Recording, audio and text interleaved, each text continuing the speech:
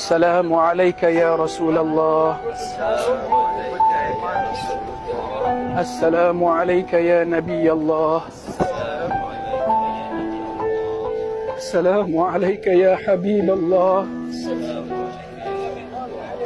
السلام عليك يا خير خلق الله. السلام عليك يا صفوة الله. السلام عليك أيها النبي ورحمة الله وبركاته.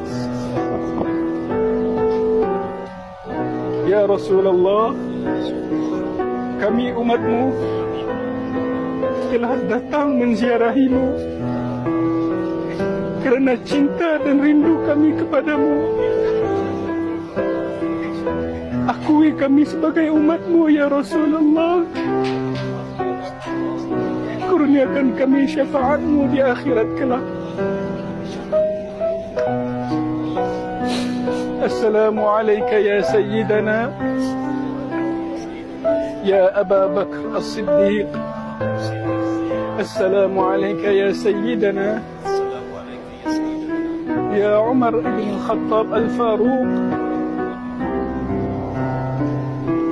Ya Allah, janganlah jadikan ziarah kami ini ziarah yang terakhir dalam kehidupan kami. Kurniakanlah kami keizinan dan kesempatan untuk sentiasa mampu berziarah kepada bumi Madinah yang diharamkan oleh Nabi Muhammad sallallahu alaihi wasallam. Suburkan rasa cinta dan rindu kami pada Rasulullah sallallahu alaihi wasallam. Allahumma ya Allah, sebagaimana Engkau mengizinkan kami untuk menziarahi baginda Nabi Muhammad sallallahu alaihi wasallam di bumi Madinah ini, himpunkan kami bersama baginda ya Allah di dalam syurga-Mu kelak ya Allah. Himpunkan kami bersama baginda di dalam syurga-Mu kelak ya Allah.